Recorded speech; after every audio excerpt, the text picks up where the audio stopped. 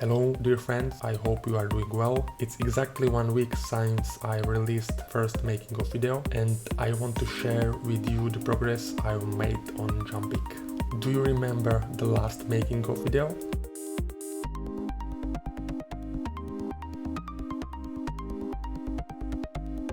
I spent some time learning Blender.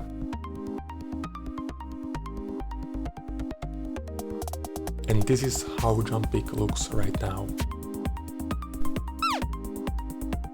There are new platform models, hiding platforms, moving platforms. There are new collectibles, there are new optical models.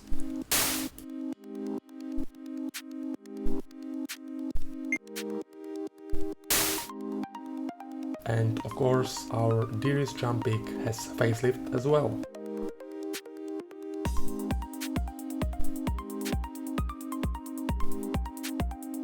Thank you for watching this video and see you next time.